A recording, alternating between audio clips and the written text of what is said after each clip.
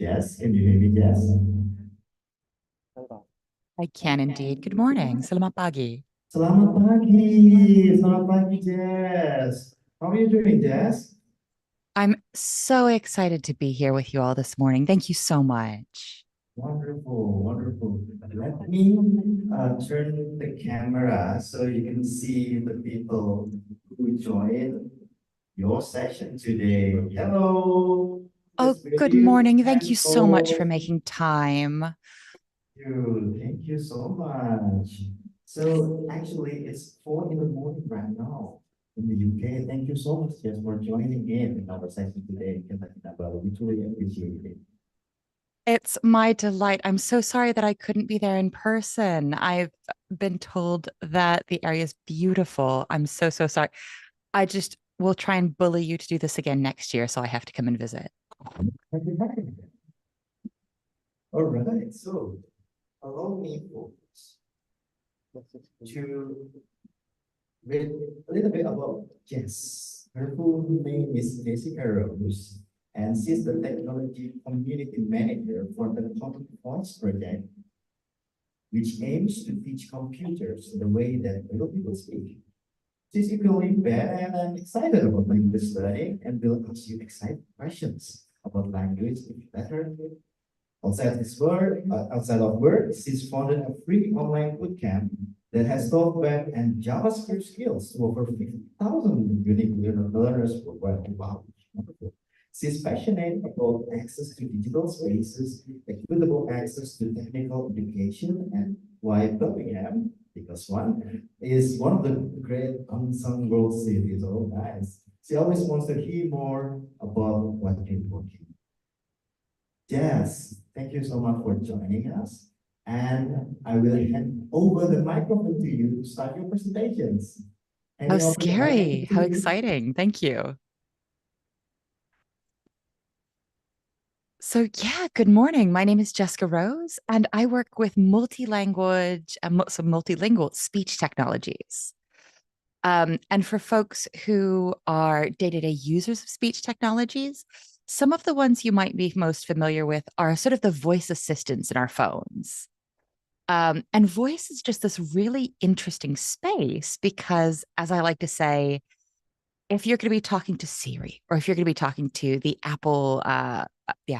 Google voice assistant, if you're going to be talking to these voice assistants, you know that these work 100% of the time, every single time, as long as your voice sounds exactly like mine. They're not really working for people who speak the way real people speak around the world in the languages we speak. And I want to talk to you specifically about Common Voice and the lessons we've learned around building a platform that's intentionally, radically multilingual. Ideally, so that folks who are working on multilingual platforms can learn from our mistakes and learn from where we're growing. So, hello, I'm Jessica Rose. I work on Common Voice, and I'm very, very bad at learning languages, but very, very excited about them. So please, please, please, if I make a mistake in this talk, you're never going to embarrass me correcting me. One thing that I think about a lot when I think about languages is how radical and how exciting the web is. The web as a concept should be a platform for everybody to publish on, everybody to get information on.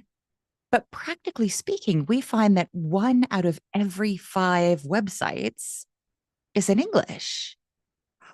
It's the same number in Chinese. And when we look at this chart, and this is from the good people at OBILCI, who do research on what kind of languages are used on the web, we see that we do see these world languages in big chunks, but we know there are so many languages in the world, and we see this rest content at 35%. The majority of world languages are really stuck in this little tiny percentage. Seems brutally unfair that the web isn't reflecting the diversity of language that real people speak. And this is true in speech technologies as well. We know, in as much as we know things, that there are more than 7,000 languages in the world. And the most common speech technologies, when we think about them, voice assistants, work pretty well with about 20 languages. The gap between 7,000 and 20, that's not acceptable. What Common Voice is we collect from volunteers and we offer a speech corpus. So clips of people reading text in their own home languages. And we release this as a copyright free and cost free data set so that people making voice assistants, people making speech enabled apps, people doing speech research really don't have an excuse not to include languages. Right now, we offer speech clips, we offer speech data in 120 languages, which is fantastic. But we're still missing 7,000 or more. So we still have a lot of work to do. I'll talk you really quickly through how Common Voice works, because the lessons learned I'm going to be talking to you about today come from the platform we built to collect speech and text data. And it also comes from putting together and offering the speech data set. So, how does Common Voice work? First thing is somebody comes to us and says, "Hey, Jess," or really, my colleague Gina does the hard work. So they'd say, "Hey, Gina, I speak," I'm trying to think of a language we don't have on Common Voice yet. I speak this language and it's not on Common Voice yet. Can I have it on Common Voice? We'll say, yes, yes, yes, please. And the next thing we need to do is our platform localization. So the platform that Common Voice collects speech through, if we're asking people to donate their voice, we need to do it on a website that's already in their language. That's only fair. So the first thing we need to do is when we've been asked to work with a new language is present that website, localize that website. Next, for people to read sentences to create clips for voice donation, we need to have sentences we're allowed to put into the platform. So we need to collect copyright-free sentences or donated sentences with permission that can be pulled into a text corpus. Once we've got the platform localized in this new language and enough sentences that are copyright-free we can use, we can launch it. We say, "Hey, here's our platform. It is now in this new language." After that, people can come to the platform and donate their voices. After that, other people will come to the same localized platform and listen to these clips and say, "Oh, yeah, this person is saying the sentence it says on the screen. I'll approve it." And then after all of that, every 3 months, we take all of the clips and we publish them into the speech corpus for folks to use. As part of the data set release process, we transform the raw data into clean and organized data sets and then publish them free and easy to use. This isn't really a sales pitch because there's nothing to sell. But if you're interested in speech data, or if you work with speech data, or if you just like looking at things that are free, you could go to Common Voice right now and get the data set and see what you think about it. So I'm going to do a very American Silicon Valley tech promise, and then I bet I won't deliver, and say, do you know what? If you're going to be building a multilingual platform, you just need one question. You only need to know one thing, and then you're ready to go. Just one question to ask yourself to build multilingual platforms. But really, you all probably know that this is a lie, right? There's no one question that we need to ask for multilingual platforms. And I bet the question isn't actually that simple.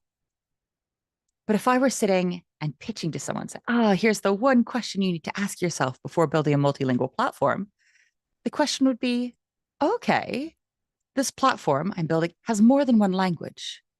What language do I need to include? And if you're working on a product maybe you're working on a government product, maybe you only need to include, you might want to include more. Maybe you only need to include the languages that are the languages in use in the local community it serves. Unfortunately for Common Voice, fortunately for Common Voice, the nature of the platform we build means that we need to try and include any language that someone may speak that they want to include in the Common Voice data set or platform. So this one question, what languages do I need to include? For us and for projects like Wikimedia,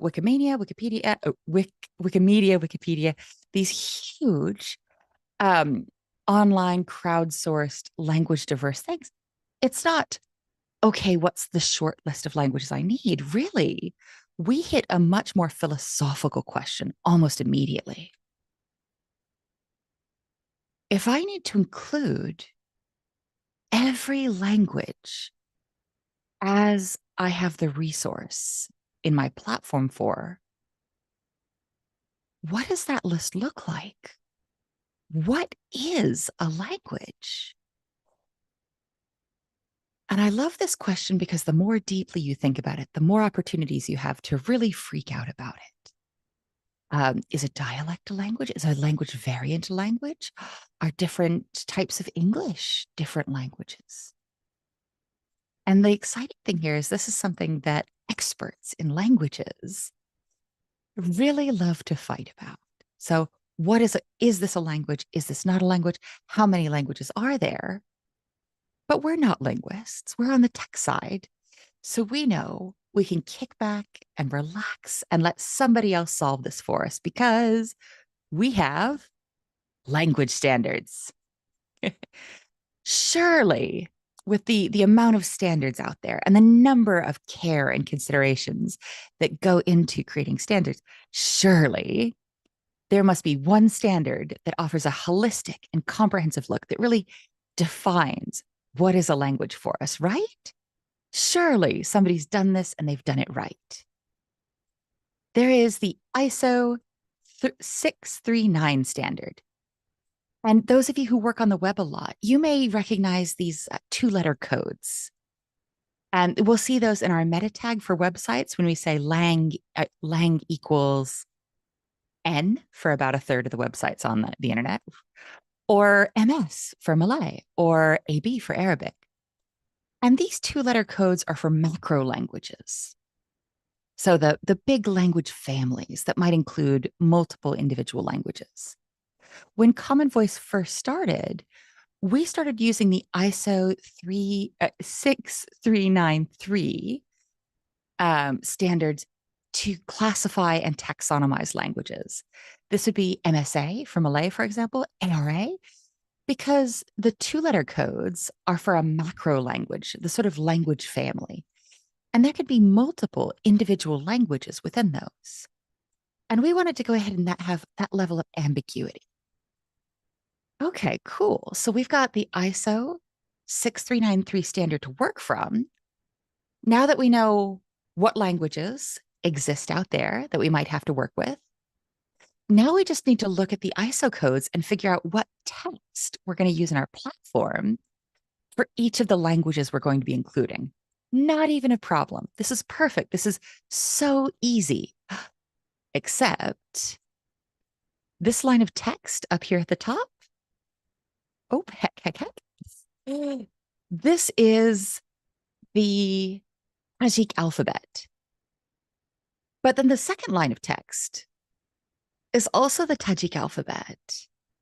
And then the third line of text is also the Tajik alphabet.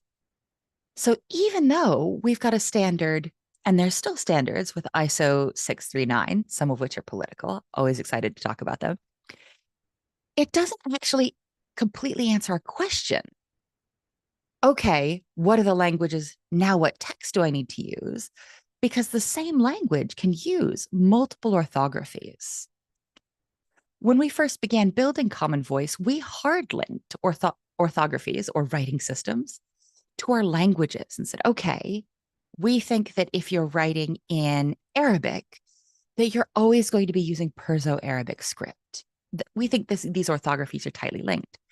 And as we talked more and more to people who are using language users, it's a fancy way to say people, We've started moving our platform into a multi-orthography. So the ability to say, hey, I'm a Tajik speaker, but I want to write and read text using the Cyrillic alphabet, or I want to write and read text using the Perso-Arabic alphabet. So this is one of the very messy, very exciting, very beautiful things about languages. So we found that ISO 639 didn't give us enough flexibility. So it's just those 3-letter codes. And language as it's lived can see dramatic variations in the scripts people use for the same language. But also, spoken language, the way people speak, not just the way people write, can be very, very different regionally. If you have any Australian friends who speak English, they'll sound very different from me and use different language, but also with social grouping. Okay, so ISO 639 doesn't give us enough flexibility on text, and it also didn't give us enough flexibility on spoken language. We're in the process of moving from ISO 639 on Common Voice and moving into using this different, more flexible standard called BCP 47. I'm super into language standards, so I'll go quickly. This starts with the same 2 or 3-letter ISO code. So we've still got that ISO 639, but then we've got an optional script tag. So here we've got Malay again, MS. And then the next part of this tag, we're saying, hey, I'm going to be using the Latin text for this. And then you can continue to add to this tag. I said, do you know what? We're going to be talking about Malay as it's spoken in Malaysia. So I'm going to add an MY. But I could break this down further into variants and say, oh, I want to specifically look at maybe how it's spoken in different kinds of areas in Borneo and add that. So you've got a very flexible one. Still not perfect, but this gave us a lot more flexibility. So, okay, we've thought about what languages to include, all of them. Oh no. We've thought about what language standards we want to use and how to handle that. That's not a problem. Let's keep going. All we have to do, we have the very simple problem. All we have to do is continually localize our platform. And that'll be, it won't be easy. But there are a number of localization and translation platforms out there. Luckily for us, Mozilla makes one. Again, I'm not selling, but this is free and open source. You can go to GitHub and use the same platform on what you'd like to use it on. So we use Pontoon, and we use this for community-driven translations. It's a translation management system that we use in Mozilla and developed here. And we really specialize in open source localization. So if you want to use this for a project, again, you don't have to. There's other things out there. You can self-host this and tailor it to yours. The way it works is Pontoon will pull strings it needs to translate from an external source. It'll present them to a translation community and then push them back into your application. Let's take a look at what that means technically.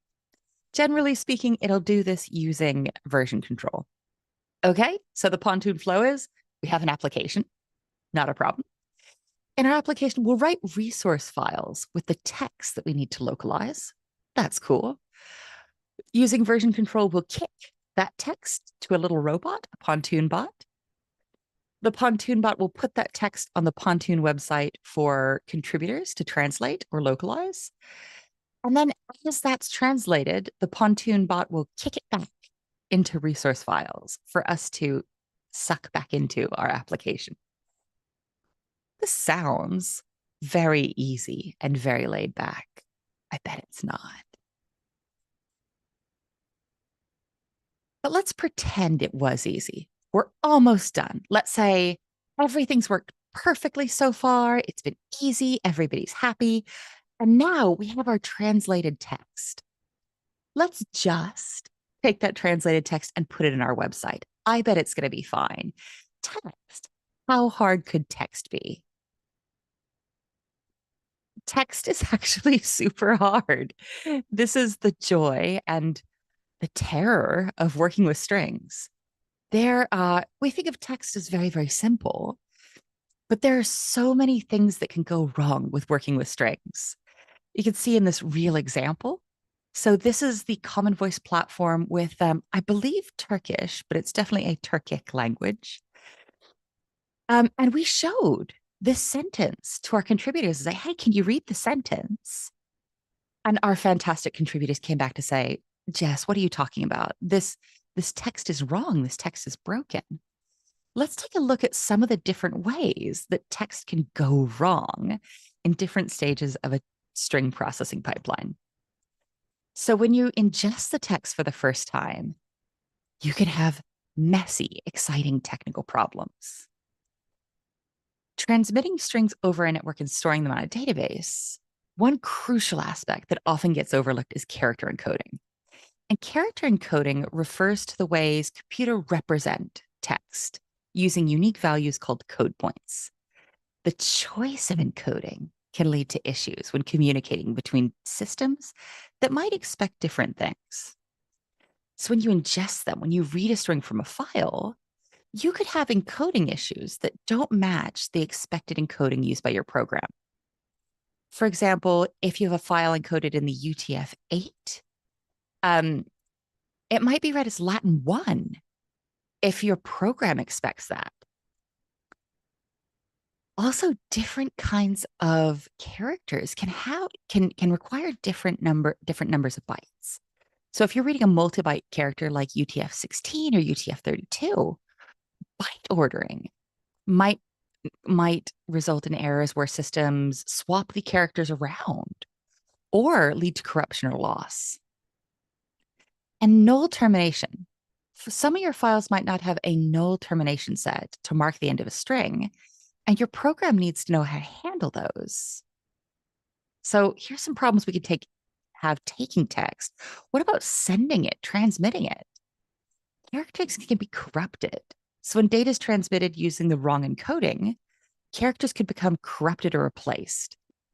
For example, the euro symbol for money sometimes gets represented as a box. If you've ever seen a box as a question mark when you expected a character, this is character corruption. Also, inconsistent representation, which is when different systems use different encodings, which can make it difficult to make sure that things are presented consistently across platforms. And then in storage, you can lose characters. Some encodings are not capable of representing certain characters, and these could get lost, damaged, or corrupted. There's also length limitations. So different types of characters and different types of encoding can lead to issues where the underlying data type only supports a certain number of characters, and you need to use more. How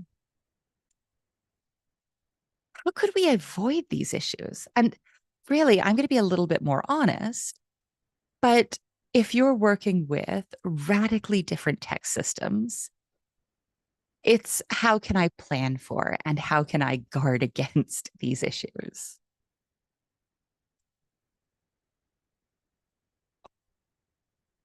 Sorry, my time's up. My apologies. Thank you so much. I'll be so happy to go ahead and make a video of this with the additional ones. I'm so sorry. Um,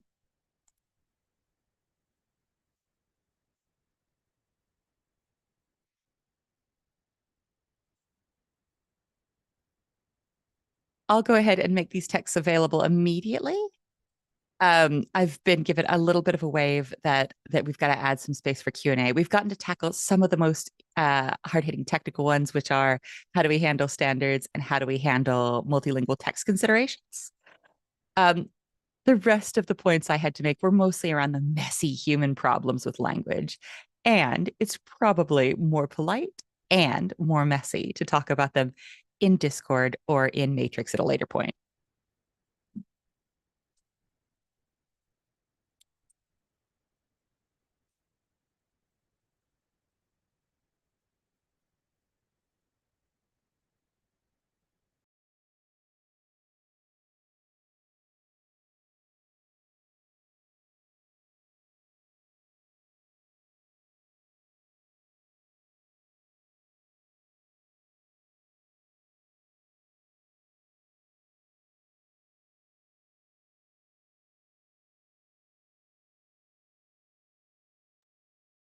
Sorry. Hello, can you hear me, Jess? Okay, good. One question? One questions? Online. Oh, yes, we have one online questions in the chat box, Jessica, from Sahmu Hidayat. In several Austronesian languages, there is a language strata system.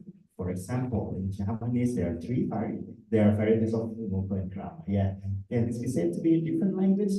What's your take on that, Jess? I'm so glad I'm muted because I just made the most excited sound. I love, love, love questions about, is this a language? Are these separate languages? Are these variants?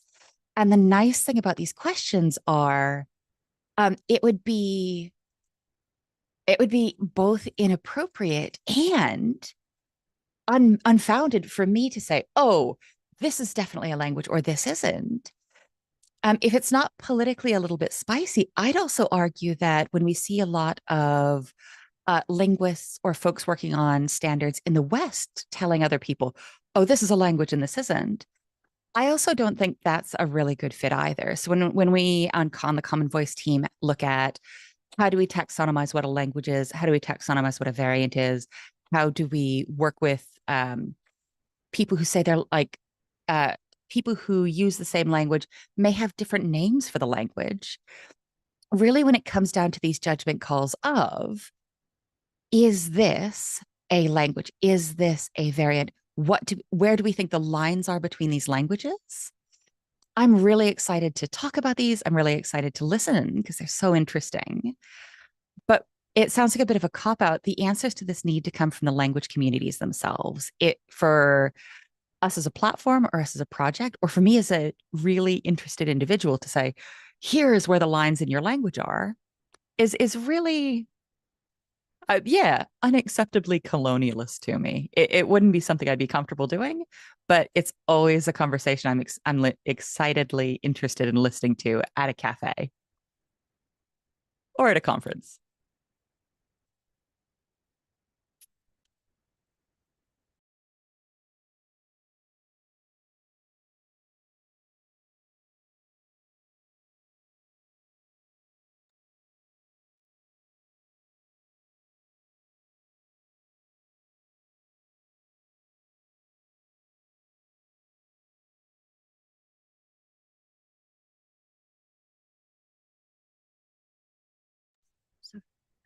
Yes, can you hear me? Can you read the question? I can. You sound great. Yes. Is it okay if I share the slide deck or maybe share the context of Commons Voice? Of course. I'm so Just in sorry. case, Let's there's some idea that we could brainstorm further together. Amazing. Let's go ahead. I'm so, so excited to talk about language. Very, very nerdy about this. I'm so excited to talk about language standards. I'm so excited to talk about the technical and human lessons we've learned from the platform. We've got a matrix, and I'll drop these into the chat as well so we can share them more easily. We've got a forum. You can email us commonvoice@mozilla.com, or you can email me directly if you want to chat about language groupings, and especially if you want to chat about Malay or Bahasa Indonesia, because I'm learning it at the moment, not well. You can email me at check with me next year and see how I. So, guys, let's give a big round of applause to Jessica. Thank you so much, Jessica, for joining us today. Thank you.